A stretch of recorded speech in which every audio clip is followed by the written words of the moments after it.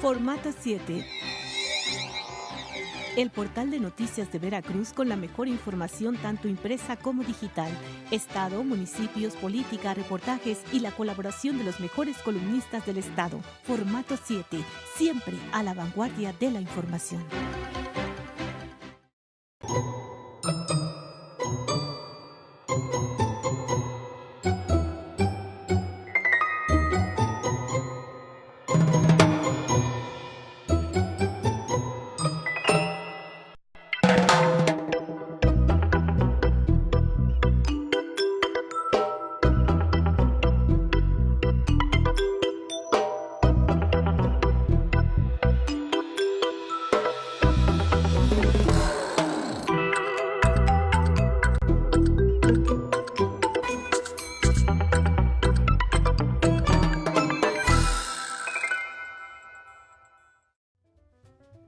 Hola, ¿qué tal? Muy buenas noches. Estamos aquí en nuestro programa Polaca a la Veracruzana, transmitiendo por formato7.com, versiones.com.mx y otras páginas y portales de internet del norte, centro y sur del estado de Veracruz. Llegamos a todo el mundo, por supuesto, a través de la gran red. Y hoy vamos a abordar un tema muy, pero muy interesante. Ustedes ya seguramente saben que hay un proceso electoral federal ya en marcha desde hace ya varias semanas. Ya se han registrado los precandidatos a diputados federales de algunos partidos políticos. Ya, mire, a la vuelta de la esquina habrá seguramente precampañas, pero es muy importante hablar con los expertos, con los que saben de estos temas. Así que cheque usted lo que vamos a platicar esta noche en Polaca, la Veracruzana.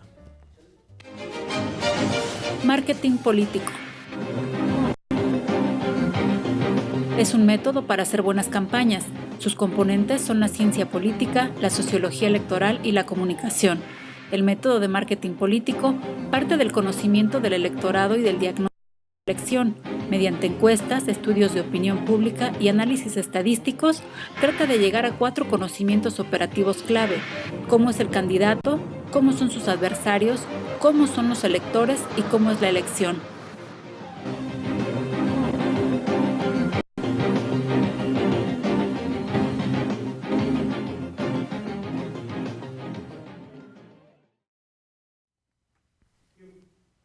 Pues ya vio usted lo que vamos a platicar esta noche sobre el marketing político. Es un tema muy, pero muy interesante y muy de moda en los últimos años. No hay político que se digne de ser moderno o de estos tiempos actuales que no hable de este tema, de lo que es el manejo de las campañas, lo que es la imagen de los candidatos. Pues algunos dicen y algunos han criticado que es como venderlos como productos, pues allí prácticamente como productos que se expenden en la iniciativa privada. Pero bueno, ese es un tema muy polémico y lo vamos a platicar esta noche. Y saludo con mucho gusto a mi compañero y amigo Manuel Rosete Chávez, autor de la columna Formato 7. Director de Formato 7 y autor de la columna Apuntes. Buenas noches, mi estimado Manuel. ¿Qué tal, Pepe? Buenas noches. Realmente sí, un tema bastante interesante que pocos medios abordan, pero que pues nos enseña que la política en muy poco tiempo ha cambiado sus métodos de hacerla y vamos a adentrarnos en esto, ¿no? Que poco conocemos realmente. Así es, muchos hecho política a la antigüita, ¿no? Pero bueno, hoy nos va a hablar un experto de este tema desde una perspectiva pues un poco más científica. También saludo con mucho gusto a Raimundo Jiménez, autor de la columna Al Pie de la Letra, que se publica en muchos portales de internet y varios medios impresos del estado de Veracruz. Muy buenas noches, Raimundo. ¿Qué tal, Pepe? Buenas noches, Manuel. Pues el tema es bastante interesante porque, como bien lo comentabas, han cambiado mucho en los últimos años la forma de hacer política y aunque en apariencia se siguen utilizando algunas estrategias arcaicas, pero cada vez los electores estamos sometidos a un bombardeo, ¿no? Por ejemplo, ahora con el inicio de este proceso electoral, estamos supeditados a un bombardeo de 7 millones de spots que el Instituto Nacional Electoral está difundiendo a través de diversos medios, ¿no? Ni las señoras ni las amas de casa se salvan, porque a la hora en que ellas sintonizan las telenovelas, entre comercial y comercial, ahí les meten un anuncio, ¿no?, de algunos partidos políticos, del propio Instituto Electoral. Pero bueno, vamos a darle espacio mejor a quien sí sabe y quien nos va a ilustrar un poco sobre este pues complicado tema, ¿no? Así es, saludo con mucho gusto esta noche a Alejandro Caballero Azamar, quien es socio director del Gabinete de Prospectiva Política, mejor conocido como GAP. Muy buenas noches, Alejandro. Bienvenido a Polaca, la Veracruzana. Bien, muchas gracias. Aquí estamos para iniciar esta mesa de debate, esta noche de comentarios, en la que podremos de alguna manera compartir con ustedes, que tienen muchos años analizando la vida política de Veracruz y del país, que tienen a través de su pluma un vínculo permanente de comunicación, no solo con los políticos, sino con la sociedad en general, y que forman parte también de la sociedad a la que los políticos aspiran a representar, y que ha despertado en ustedes, como en muchos otros, el interés por saber, por conocer aún más de este mundo apasionante de la gerencia política, de la mercadotecnia, de la comunicación política, que, como decían ustedes, está presente en el entorno, no porque ha cambiado solo la política, sino porque ha cambiado la sociedad. Y desde el momento en que ha cambiado la sociedad, los políticos se han visto en la necesidad de tener que adecuarse a estos cambios, de desentrañar la manera de pensar de los ciudadanos y estar acorde con lo que piensan, para en un momento determinado poder obtener su confianza, ¿no? Entonces, bueno, pues aquí estamos para... ¿Qué les parece si antes de continuar les contamos, les platicamos a nuestros televidentes pues la trayectoria que tiene Alejandro Caballero Azamar? O sea, sí. Miren, él es licenciado en Derecho por la Universidad Veracruzana, o sea, es producto 100% veracruzano. Así es. Candidato al máster en Gerencia y Comunicación Política por the Graduate School of Political Management de la Universidad George Washington de Washington, D.C. Y bueno, ha cursado diplomados en Gerencia Política y Comunicación Estratégica. Actualmente cursa el diplomado en Campañas Políticas, ambos de la Universidad George Washington de Washington, D.C.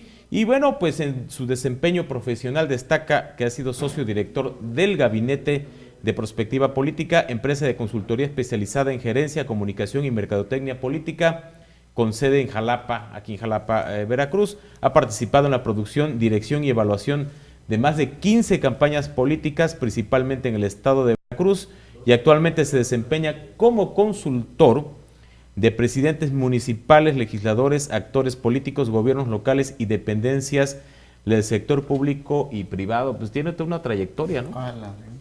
Increíble. Ahí vamos. A ver, ¿desde cuándo más o menos los políticos comienzan a cambiar sus formas de hacer política, a utilizar el marketing, las encuestas, todo este tipo de cosas, la imagen, todo esto? Bueno, las encuestas surgen en Estados Unidos en el siglo pasado, las crea Gallup, hasta el día de hoy conocemos una encuestadora que lleva ese nombre.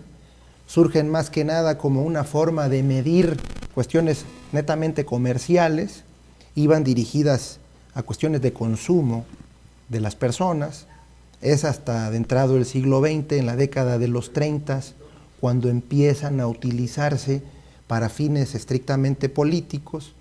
Y Joe Napolitan, un neoyorquino que tenía experiencia en este tema, empieza a visualizar el potencial que existía para enfocarlas hacia el aspecto de la política.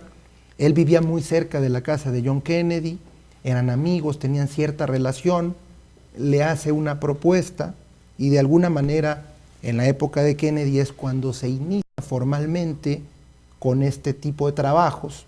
Se suma al equipo Tony Schwartz, un publicista muy famoso que también origina su trayectoria profesional en el aspecto comercial, pero que se van adentrando poco a poco en la cuestión política, y es como surge, ¿no? Estados Unidos es la plataforma de lanzamiento de esta nueva metodología y se ha ido adoptando poco a poco a lo largo del tiempo en las diversas áreas geográficas del mundo, ¿no?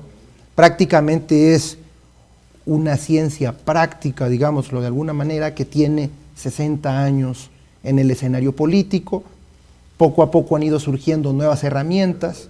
Se inició con las encuestas, hoy hay otras herramientas de investigación como los grupos de enfoque, las entrevistas de profundidad.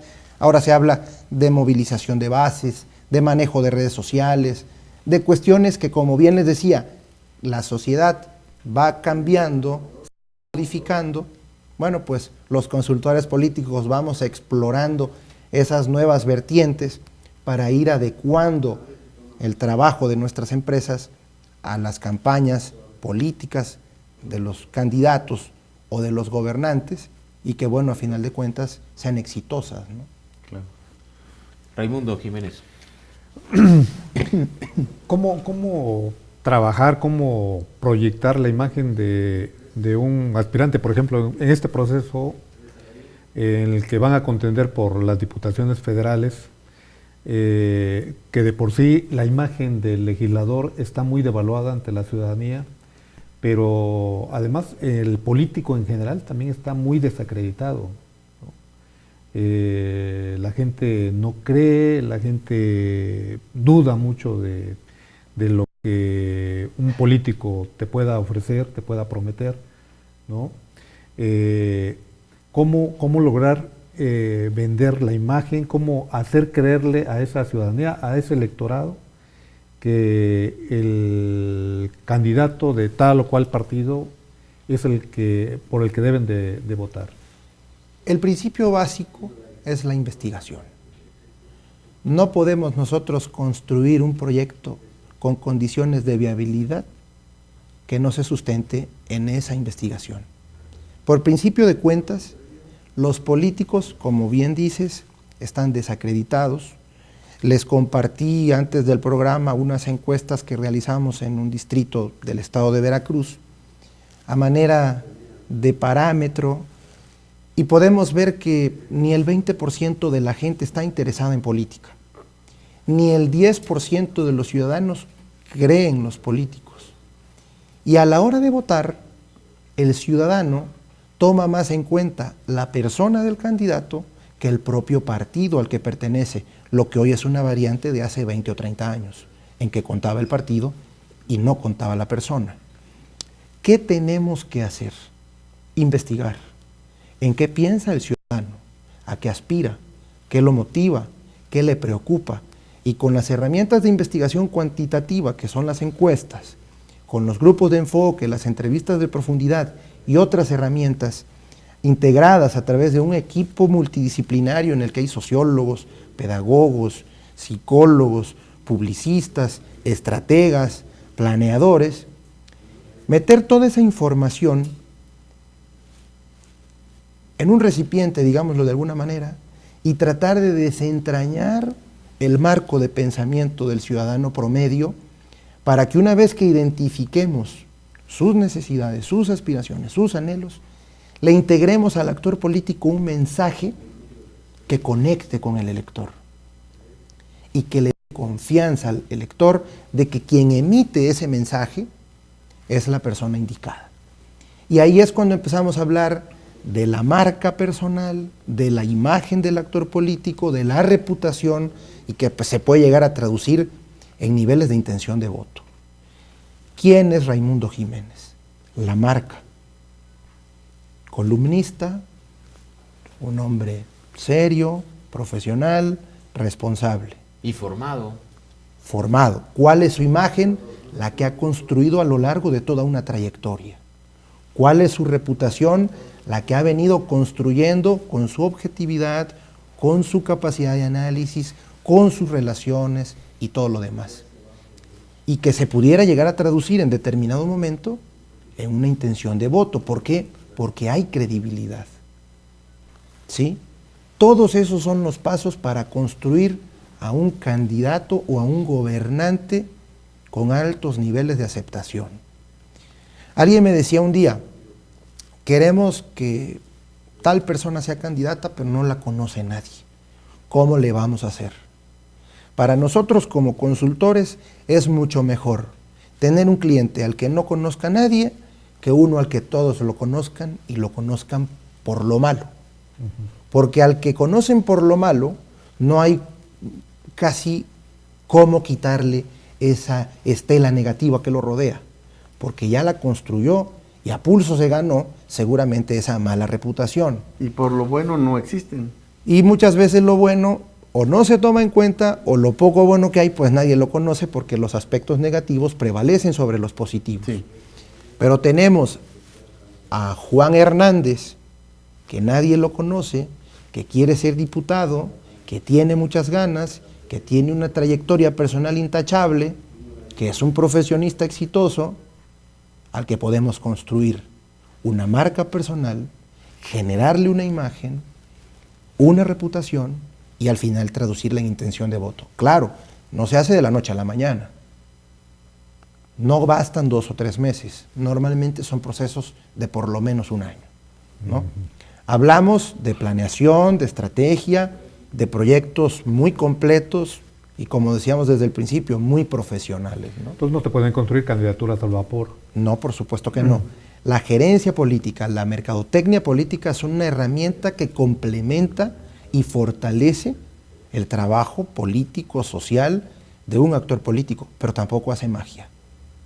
También luego suele suceder que hay candidatos que cuando se ven perdidos 15 días antes de la elección quieren que les hagas algo. No podemos. Claro. Por ética profesional les tenemos que decir que no se puede, que de todas maneras van a perder aunque nos pagaran millones.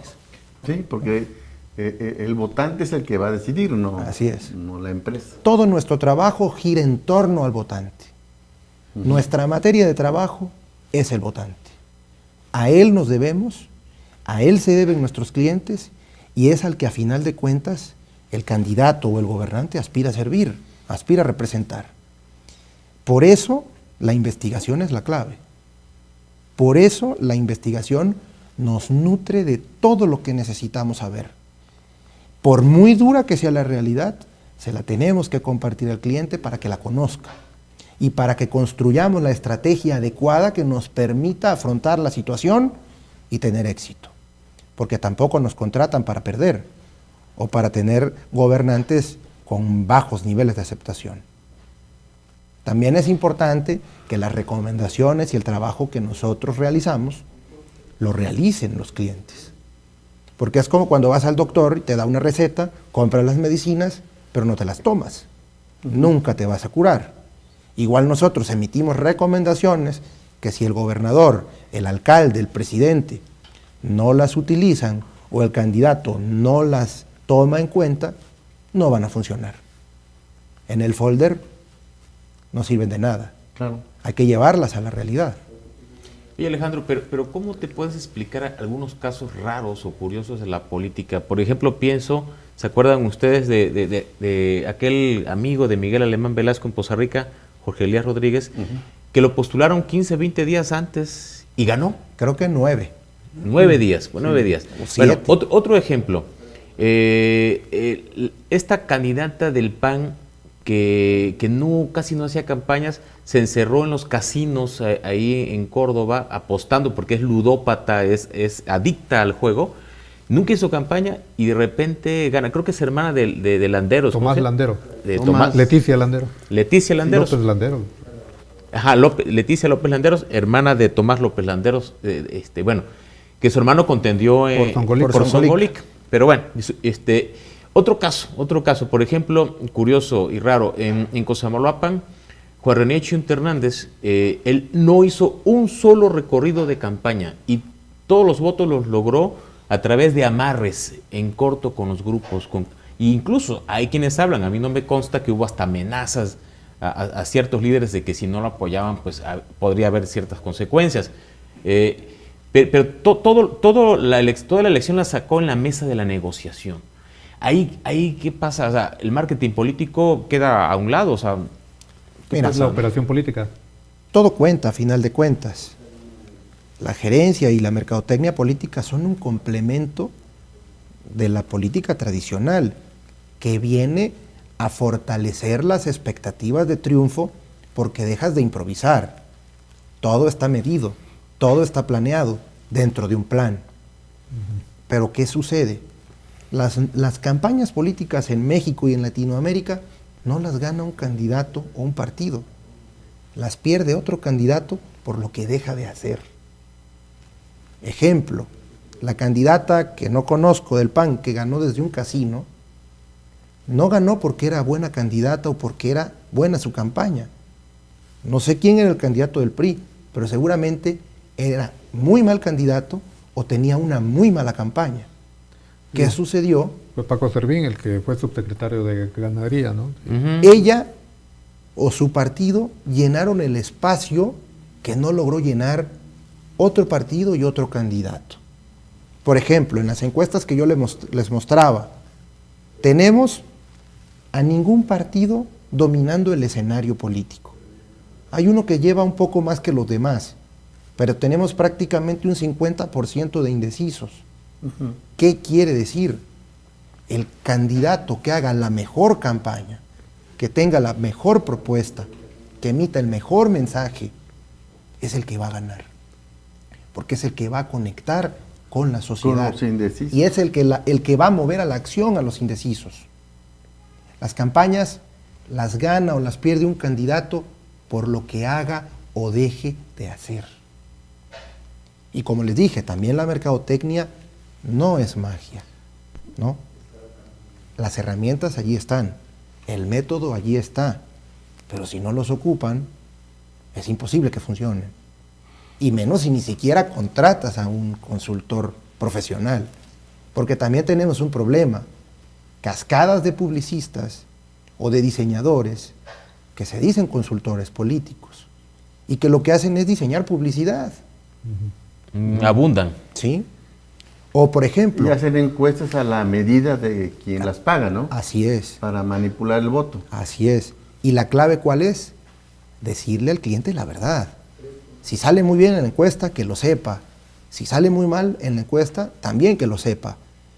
Para que tenga muy claro que hay que trabajar más y que vamos a generar y a construir una estrategia para salir de esas condiciones de adversidad.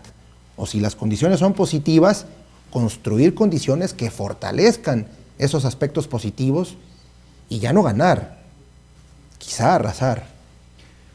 ¿Qué porcentajes representaría cada uno de los factores para garantizar el triunfo en una elección? O sea, ¿qué porcentaje implicaría un buen candidato, un partido bien organizado, el manejo de la mercadotecnia política? ¿Qué tanto pudiera también servir de contrapeso o medir como contrapeso el sentimiento social de repudio, de rechazo, de encono social contra un partido, contra un candidato? Porque, por ejemplo, se han dado casos como el que comentaba Pepe hace un momento. Si nos remontamos un poco más atrás, yo recuerdo el caso de Rafael Hernández Villalpando cuando ganó por primera vez la alcaldía de Jalapa, un partido de oposición. Le quitan la capital del estado al partido gobernante. Y yo recuerdo una declaración, creo que fue de Uriel Flores Aguayo, ahora diputado federal, que en su momento decía que lo que pasa que el PRD hasta con una vaca hubiera ganado, ¿no? Porque era tal el resentimiento, el rechazo la mayoría en contra del partido gobernante, del gobierno en el estado, del estado. Seguramente del candidato. Y de la candidata Rosario Piña Sánchez. Y la candidata también, ¿no? Sí. Pero, por ejemplo, en un escenario así, y porque ahora lo vamos a ver en este proceso electoral, ¿no? Hay como una especie de resentimientos por varios sectores, el magisterio, grupos de colonos que no les han cumplido con algunas obras, con productores rurales que también no han visto respuesta en sus peticiones para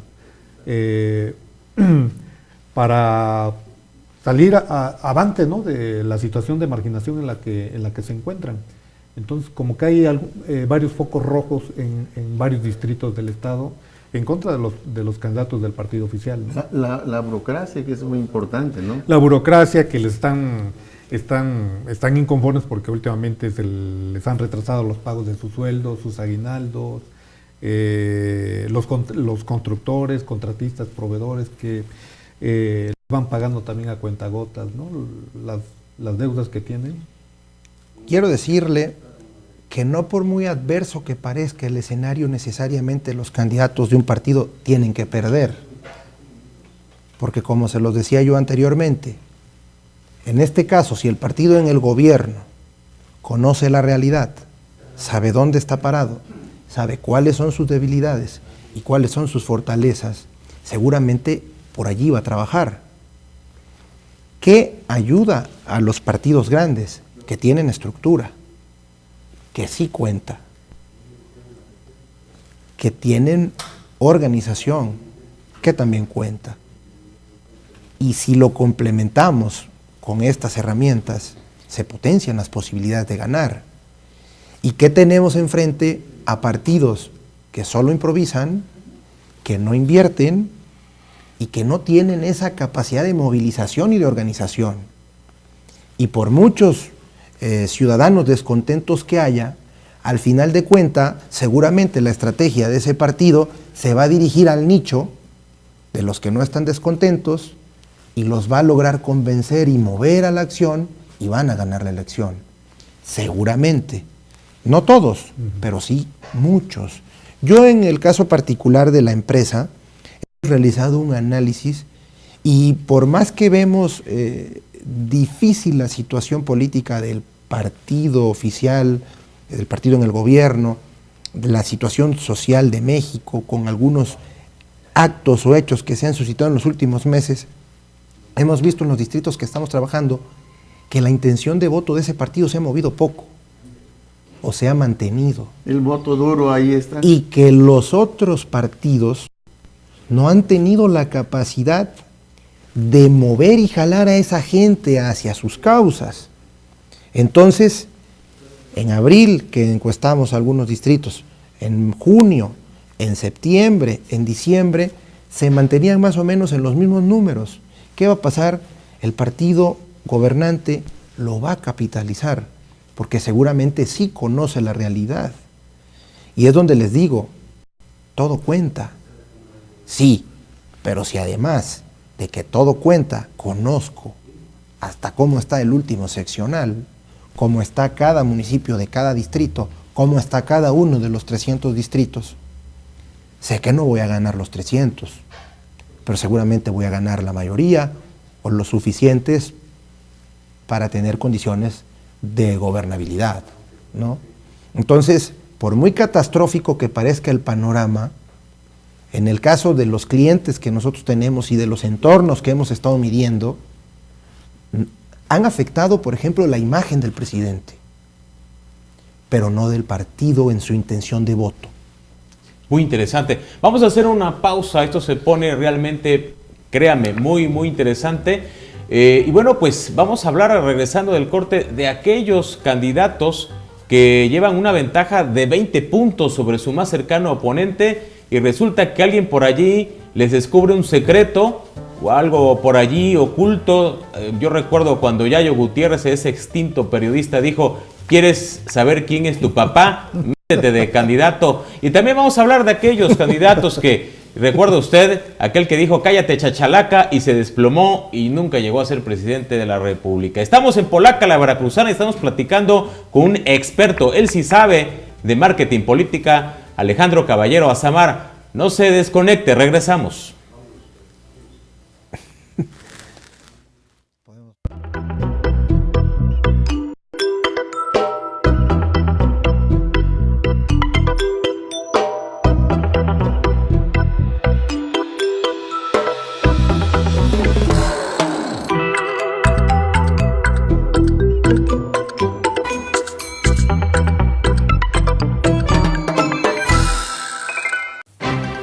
Formato 7.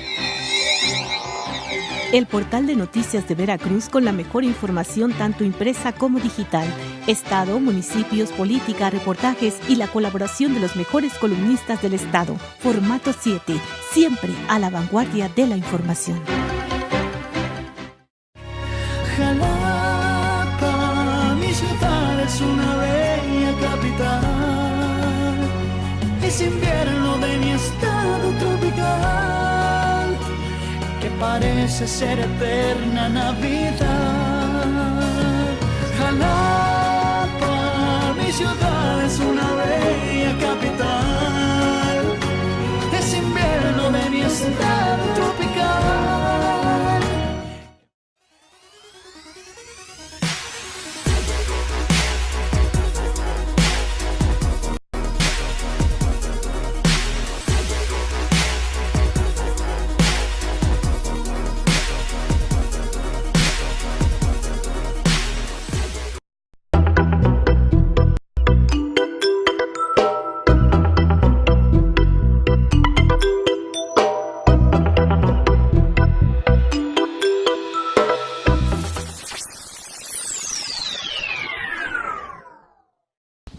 Bueno, los partidos políticos buscan, por lo regular, las personas que están al frente, los candidatos, pues sí ayudan un poco a la gente. En estos momentos, pues en su mayoría, como están muy mal.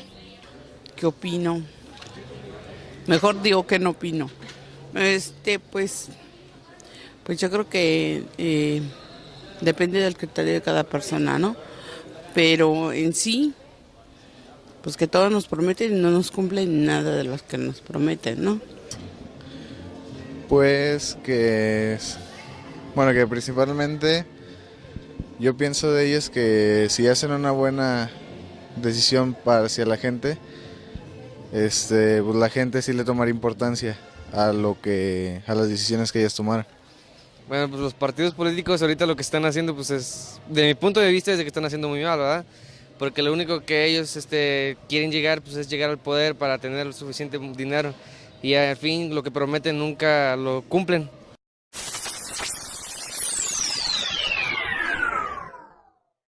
Sí, porque pues en la televisión, ¿verdad?, se escuchan que para el 7 de julio, ¿verdad?, vamos a votar para alguna candidatura.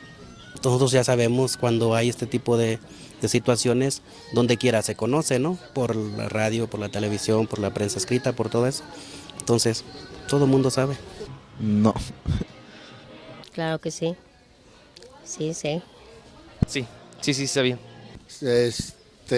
Sí va a haber diputación, elecciones. ¿El 7 de junio? Algo había escuchado en la televisión, pero no tenía no tengo muy bien conocimiento cuando empiezan o cuando terminan.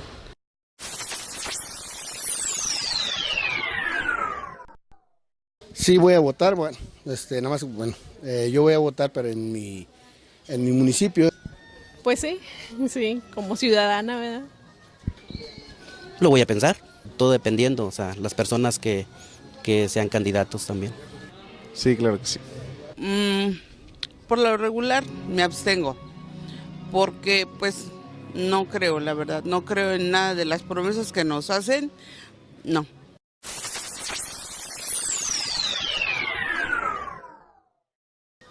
Pues yo creo que es importante porque pues son los gestores, ¿verdad?, de nuestro municipio para cualquier proyecto, programa que vaya a existir en el municipio. Es que depende, porque cada diputado tiene su propia manera de trabajar, pero hay unos que sí sobresalen de otros, sobre sus obras y todo eso. Y eso es lo que a mí me llama más la atención. Pues es que hacen leyes que a su conveniencia, porque a nosotros no nos beneficia en nada, ninguna de las leyes que ellos hacen o aceptan. Pues bueno, o sea, la mayoría ni trabajan. Sí, la mayoría. O sea, le digo, yo no puedo poner el dedo en ciertas personas, pero todos sabemos que la mayoría llegan a la curul porque quieren agrandar sus riquezas, por serse más populares, por muchas situaciones, pero personales no ven la verdad, o sea, en realidad lo que es el pueblo. A veces que es viceversa, ¿va? A veces sí funcionan bien, los diputados, como lo dije, ¿va? Bajan proyectos y se los dan a sus familias, o hay veces que sí se los dan a las comunidades, ¿verdad? ¿Qué opino? Que son puros intereses, ¿no? Porque pues a final de cuentas la riqueza no es equitativa, porque está en las partes más altas y la gente que realmente lo necesita es la que menos tiene apoyo.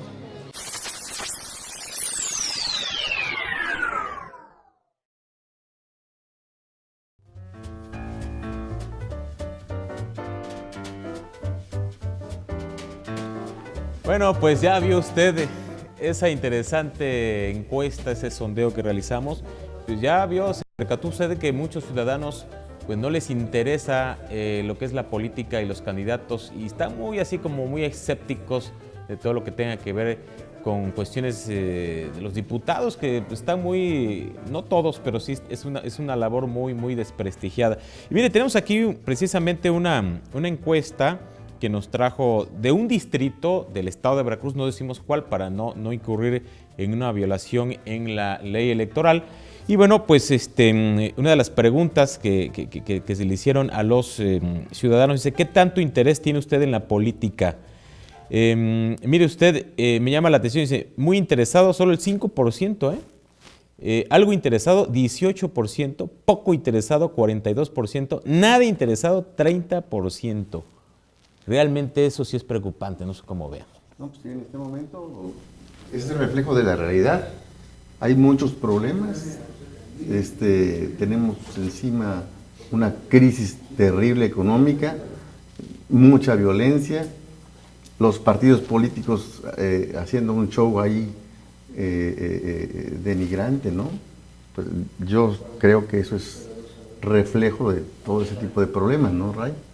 Sí, es lo que comentábamos hace rato, ¿no? Hay una actitud muy indolente, muy escéptica, ¿no? Por parte de un buen segmento de la ciudadanía, que eso hace prever que a lo mejor en la elección de junio próximo pudiera darse un alto abstencionismo, ¿no? Si es que los candidatos, los partidos no logran motivar a la ciudadanía y convencerlos de que vayan a las urnas. Yo creo que lo que sucede finalmente es que no hay credibilidad, que la sociedad no se siente representada por sus legisladores y por sus gobernantes. ¿La clave en dónde está? Creemos desde el punto de vista de nuestra empresa, Gabinete de Prospectiva Política, que la reforma político-electoral que algunos han criticado sí tiene algunos elementos que van a permitir beneficiar a la sociedad. ¿Cuál es uno de esos elementos? La reelección. Hoy la sociedad va a tener la capacidad, a través del voto, de refrendar la confianza ciudadana a quien los haya representado bien, a quien haya cumplido sus promesas, a quien siga comunicándose con sus representados, a quien no desaparezca. Y todo eso va a permitir que los diputados, que los senadores, que los alcaldes y seguramente en un futuro gobernadores y presidente de la República, cuando tengan la posibilidad de también reelegirse, hagan mejor su trabajo, le cumplan mejor a la sociedad. Y eso a final de cuentas también nos va a permitir a las empresas como la nuestra tener más trabajo.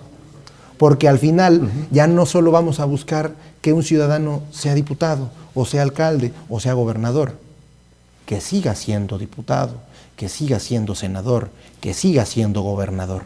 ¿Cómo? Con un trabajo profesional, con un trabajo exhaustivo, con planeación, con estrategia, pero sobre todo cumpliéndole a esa sociedad a la que el gobernante o legislador se debe, ¿no? Entonces yo creo que por ahí viene también. Sí, a ver, en el tiempo que falta para la elección, empresas como la que tú representas, ¿tienen la posibilidad de revertir eso? Seguramente sí, sí. Todo está en que haya tiempo, como les dije. No podemos nosotros, ni nadie, en 15, 20 días, 1 o 2 meses lograr algo. En este momento los partidos apenas están seleccionando a sus candidatos, están delimitando sus estrategias, si es que las tienen, o viendo qué van a hacer, ¿no? Al final también nosotros lo que hacemos es realizar un diagnóstico situacional del distrito, en este caso, en el que se va a trabajar. Le entregamos a los clientes ese diagnóstico muy puntual de la realidad y ellos deciden si se hace el trabajo o no. Y les damos inclusive un posible veredicto, un resultado de qué tanto puede crecer el candidato, qué tanto puede servir lo que se le está proponiendo, o también de plano decirle, no se puede hacer nada. Claro. Porque al final esto es como el béisbol. Cuando un bateador llega a la caja de bateo, ahí nos muestran claramente qué tanto batea. Su porcentaje. Las empresas como la nuestra también, pues de alguna manera se ranquean porque tanto gana elecciones. Y a nosotros no nos conviene tampoco llegar con productos perdidos a perder una elección, que sabemos que se va a perder. Sí, es el prestigio de la empresa. Así es. También ¿Qué hacemos?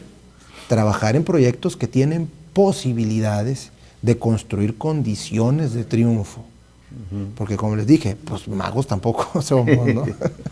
Bien, otra encuesta interesante que realizó la empresa GAP, que es la que representa a Alejandro Caballero, nuestro invitado. La pregunta dice, ¿cuál considera usted que es la característica más importante que debe tener un político o un candidato a puestos de elección popular?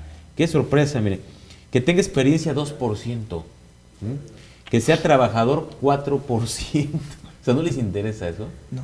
Qué barbaridad. Que esté preparado 5%, o sea, que puede ser un analfabeto. Cuauhtémoc Blanco, cualquiera de esos. Ándale, sí es cierto. Que esté preparado 5%. Hasta Kiko, ya lo quieren. Kiko, este personaje de Roberto Gómez Bolaños. Ahí vemos en Guadalajara a la Grimita y el otro payaso que también. Sí. O sea, que se suma la bola de payasos que hay en la política. Que dice que sea cercano a la gente 7%. Que ayude a la gente 9%, eso sí me sorprende mucho, ¿no? ¿Y cuál es la más importante? Que conozca los problemas del país o del Estado, 14%. Ah, mira, es así.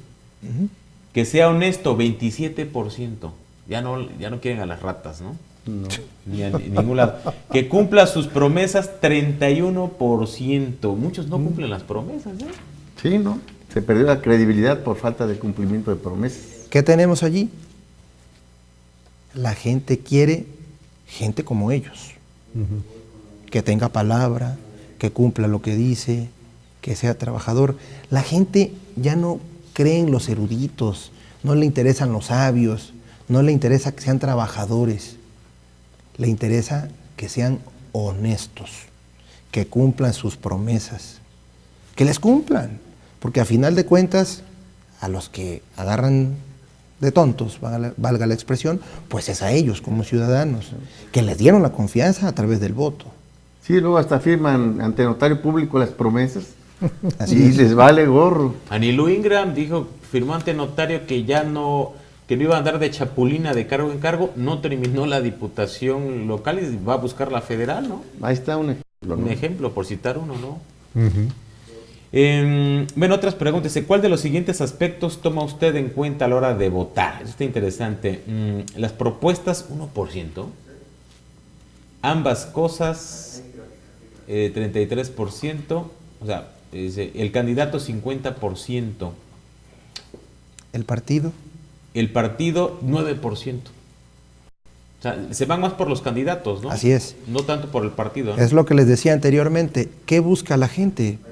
Gente como ellos, gente con la que se identifiquen, gente que sienta que conoce sus problemas y que los va a ayudar, y que les va a cumplir, y que va a ser honesta, como son ellos, ¿no? Sí. Allí está la clave. Eso es lo que tenemos que lograr, porque también, no por mucho producir a una persona o a un candidato lo vamos a transformar. Si tenemos un candidato que es ganadero, que usa sombrero, bigote largo, botas y pantalón de mezclilla, y así la gente lo quiere, así tiene que seguir. No lo vamos a poner de traje, no le vamos a poner una corbata, no lo vamos a hacer que dé grandes discursos. ¿Por qué? Porque la gente se identifica con esa persona. ¿Qué vamos a hacer? a fortalecer ciertos rasgos de su personalidad, de su imagen, de su mensaje, de su campaña, para potenciar las posibilidades de ganar. Pero tampoco se trata de inventar a nuevos personajes, ¿no? El caso de Ricardo Agüed, ¿no? O sea, que por el partido que hubiera ido ganaba, ¿no? Así es. Y fue lo que le funcionó en su momento a Vicente Fox, ¿no? Así es. La imagen de ranchero. Es cierto. De alguna manera él fue el primer folclórico. político importante en México que utilizó este tipo de herramientas de la gerencia y de la mercadotecnia política. Él inauguró en México Ser esto. auténtico en la campaña, ¿no? Así es. Y sus consultores lo respetaron muy bien. Mentiroso Todo en esto, el ¿no? En el poder. gobierno.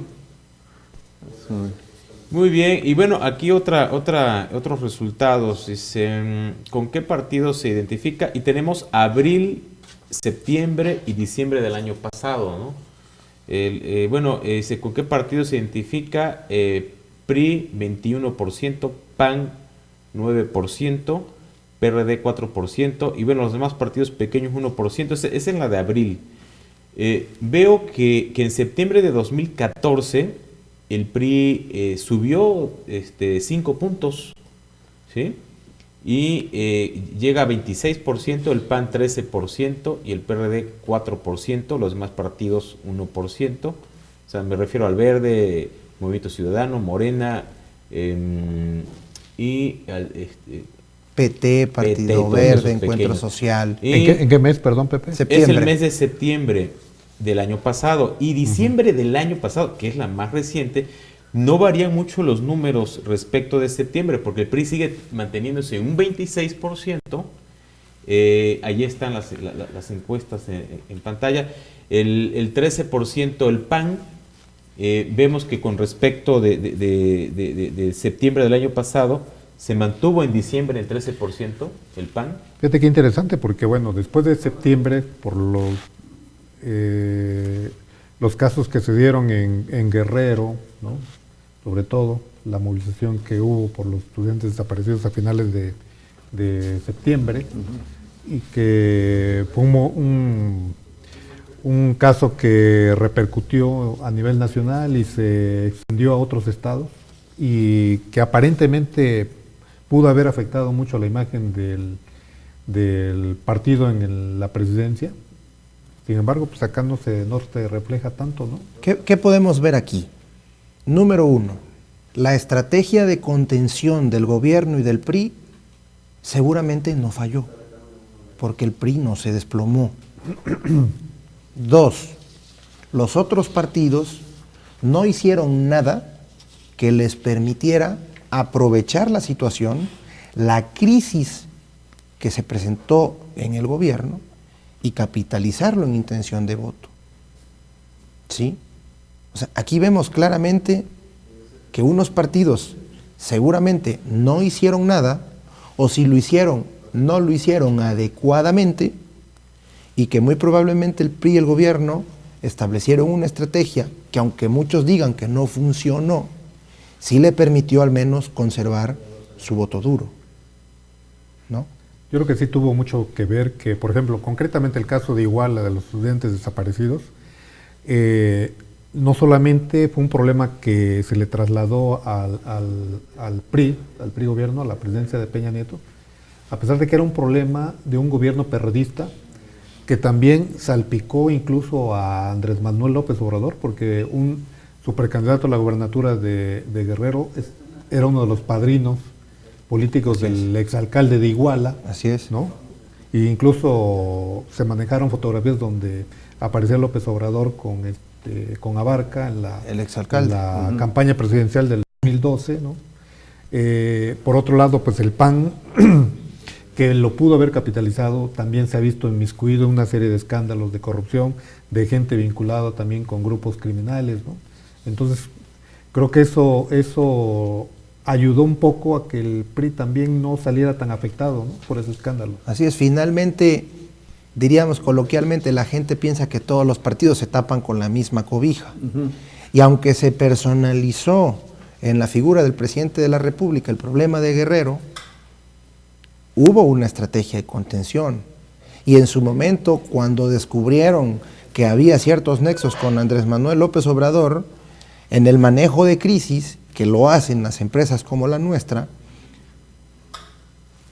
le aventaron parte, lo hicieron compartir algunas de las culpas, y esto despresuriza un poco el tema del presidente. ¿Qué sucedió? Luego hubo otros actos o hechos que vinieron a volver a afectar la imagen presidencial, pero también, ¿qué sucede? El gobierno le apostó, yo creo, al desgaste del tema, ¿no? Hoy precisamente se cumplen 4 meses, sigue habiendo marchas en la Ciudad de México, pero ya vemos también una sociedad cansada de que le cierren las calles, de que tomen el metro, de que no le permitan llegar a su trabajo o a su casa.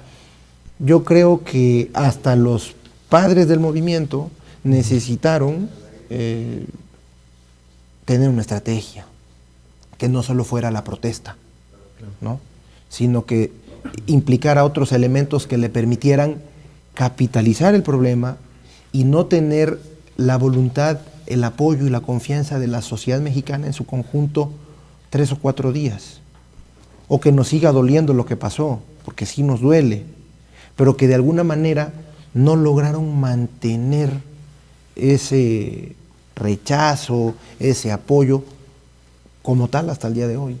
Porque también pues cada quien tiene que seguir su vida, ¿no? Entonces, esto está presente en todo prácticamente, ¿no? Sin embargo, la imagen del presidente sí se vino abajo. Sí, ahí podemos ver en los estudios que hicimos que el presidente perdió más de 1 punto en el distrito que les mostramos a lo largo de todo el año, ¿no? Es cierto, aquí tenemos el muestreo de abril, septiembre y diciembre de 2014, o sea, el año pasado.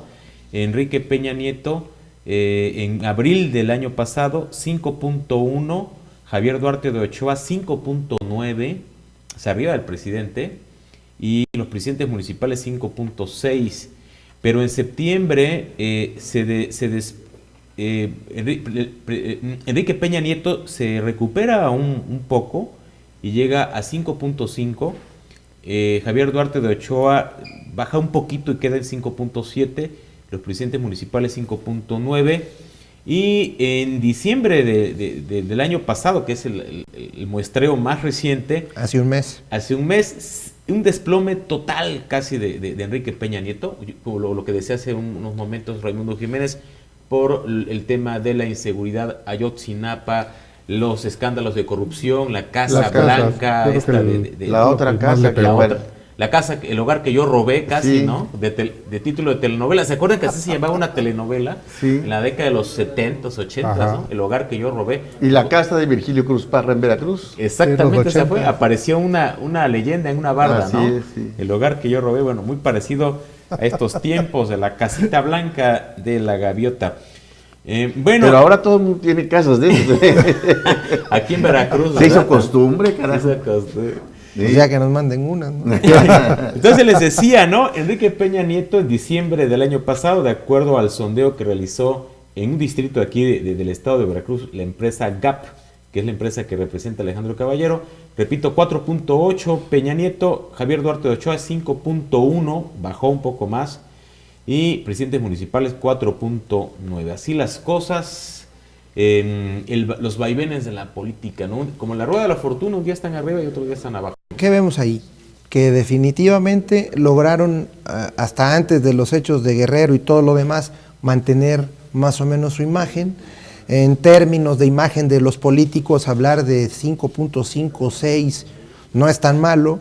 No existen los políticos que tengan 10, prácticamente no existen los políticos que tienen 9.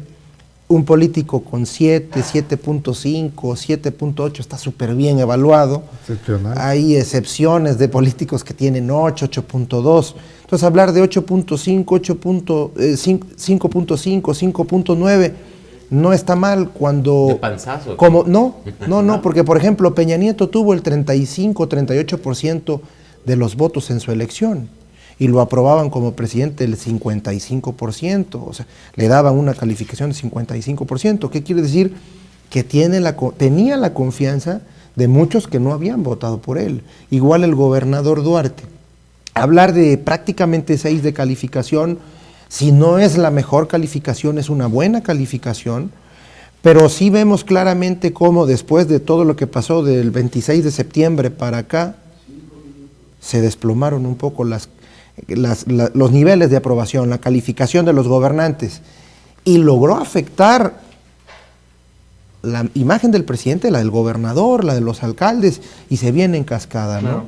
Entonces, al final, hay hechos supervinientes como ese que nadie esperaba, que vienen a trastocar el escenario político y que son cuestiones para las que también nosotros como empresa nos preparamos a través del análisis de escenarios, de los estudios de prospectiva, y que nos permiten visualizar probables escenarios de contingencia, en donde nosotros le tenemos preparados a nuestros clientes una eventual solución o manejo de crisis.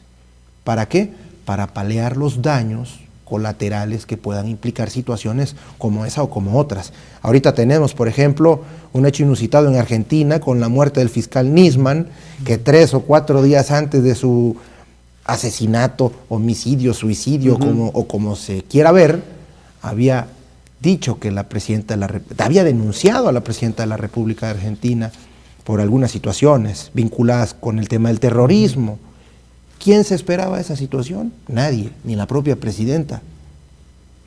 Pero bueno, ya debe tener un cuarto de guerra donde esos manejos de crisis se tengan que dar, ¿no? Consultó al alcalde de Medellín. Ahí tenemos otro caso de crisis, ¿no?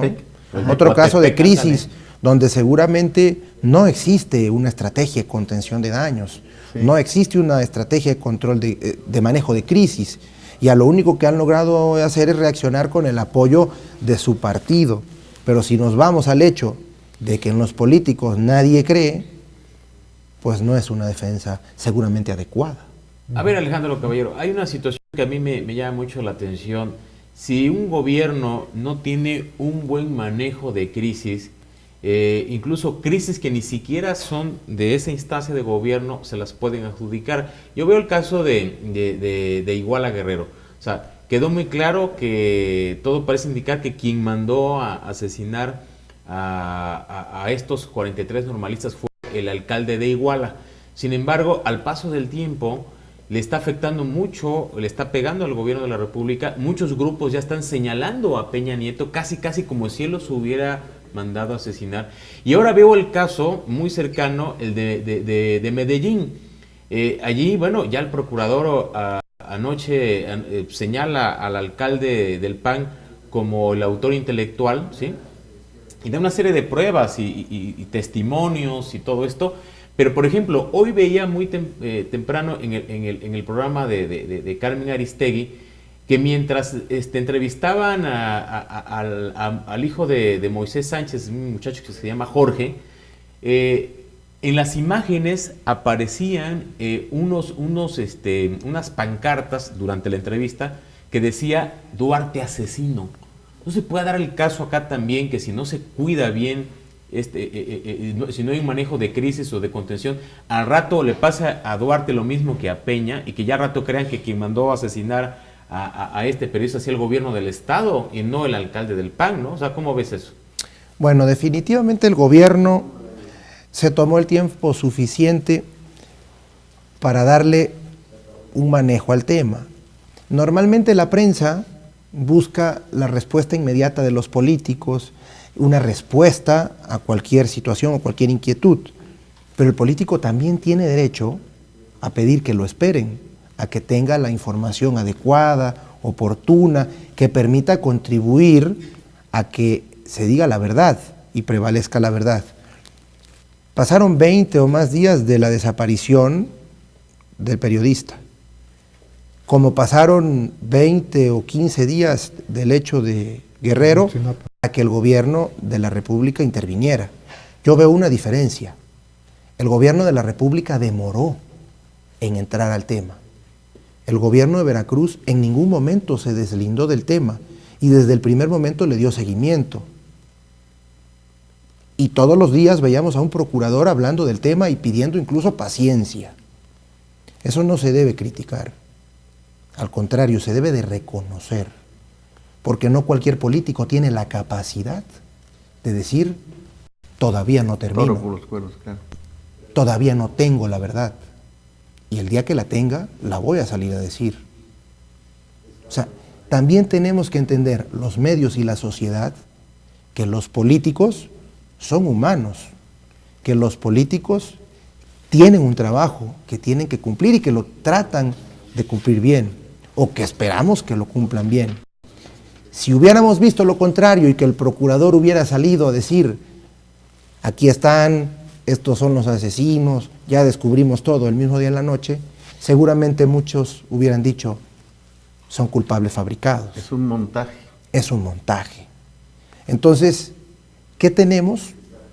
Si es muy rápido, no es cierto. Si se demoran, ¿qué estaban haciendo? No estaban cumpliendo con su trabajo. Yo creo que en temas de seguridad, en temas tan sensibles como este, donde se involucra la vida de una persona, el gobierno sí tiene que ser muy responsable y sí tiene que manejar la información de una manera muy puntual. Yo creo que el manejo fue adecuado. Nunca dijeron, parece que ya apareció, parece que ya tenemos los culpables. Salieron hasta el momento en que tenían toda la información completa. El autor material, el autor intelectual, el cuerpo y la posible verdad. Porque también hay un hecho relevante. La verdad solo la sabe el muerto que ya no está, el que lo mandó a matar y el que lo mató. Entonces, yo creo que no falló esa estrategia. ¿Por qué? Porque además el tema de los asesinatos o las afectaciones a los periodistas en Veracruz son un tema muy sensible y el gobernador ya no se podía dar el lujo de un error más. Y creo que fue bien manejado. No vimos a nadie elucubrar, no vimos a nadie suponer. El día que salieron, tenían todos los elementos en la mano. ¿Demoraron? Quizá. Pero yo lo veo bien. Quedarán muy malos, ya se nos está acabando el tiempo, muy brevemente, quedarán muy malos esos panistas que están diciendo que es inocente el alcalde de Medellín ante la contundencia de estas pruebas, de estos testimonios. Pues mira, tienen que partir de un punto. La sociedad no le cree a los políticos. Hay un caso muy significativo, el caso Rosenberg en Guatemala. Un día sale en la televisión un video de un tipo diciendo que si él aparecía en el video en la televisión era porque el presidente Álvaro Colom lo había matado. Fue un escándalo. El presidente pidió licencia a la presidencia de Guatemala para someterse a la investigación y se comprobó que era inocente y regresó al gobierno con altísimos niveles de reconocimiento ciudadano, porque demostró que no era culpable. Yo creo que es lo mejor que puede hacer cualquier político que tenga las manos y la conciencia limpia. Pedir licencia al cargo y someterse a la acción de la justicia, porque si dice la verdad, no le va a pasar nada. Va a regresar a la alcaldía y va a regresar más fuerte que nunca. Pero también se tiene que llegar el momento en que los partidos no se vuelvan cómplices de sus representantes. No digo que sea el caso, pero antes de actuar, precisamente es lo que tienen que hacer, investigar, consultar, ver qué opina la sociedad y en base a eso reaccionar. Pero reaccionar de una manera coherente, sensata, sensible y que la gente la crea. Muy bien, pues se nos ha acabado el tiempo. Yo le agradezco mucho a Manuel Rosete. Gracias, Manolo. Gracias, Pepe. Muy interesante el tema. Sin duda alguna. Gracias, Raimundo Jiménez. Gracias a todos. Y sobre todo le agradezco mucho a nuestro invitado de esta noche, Alejandro Caballero Azamar, socio director del Gabinete de Prospectiva Política, mejor conocido por sus siglas como GAP. Gracias, muchas gracias. Y esperemos que tengamos unas buenas campañas. Así sea. Y va a haber mucha tela de dónde cortar. Sí, ¿verdad? Sí. Muy bien. Bueno, pues yo le agradezco mucho a usted que nos haya acompañado esta noche en Polaca, la Veracruzana. Nos estaremos viendo el próximo martes a esta misma hora, a las 9 de la noche, a través de formato7.com y versiones.com.mx, entre otras páginas de internet. Buenas noches, pásela bien.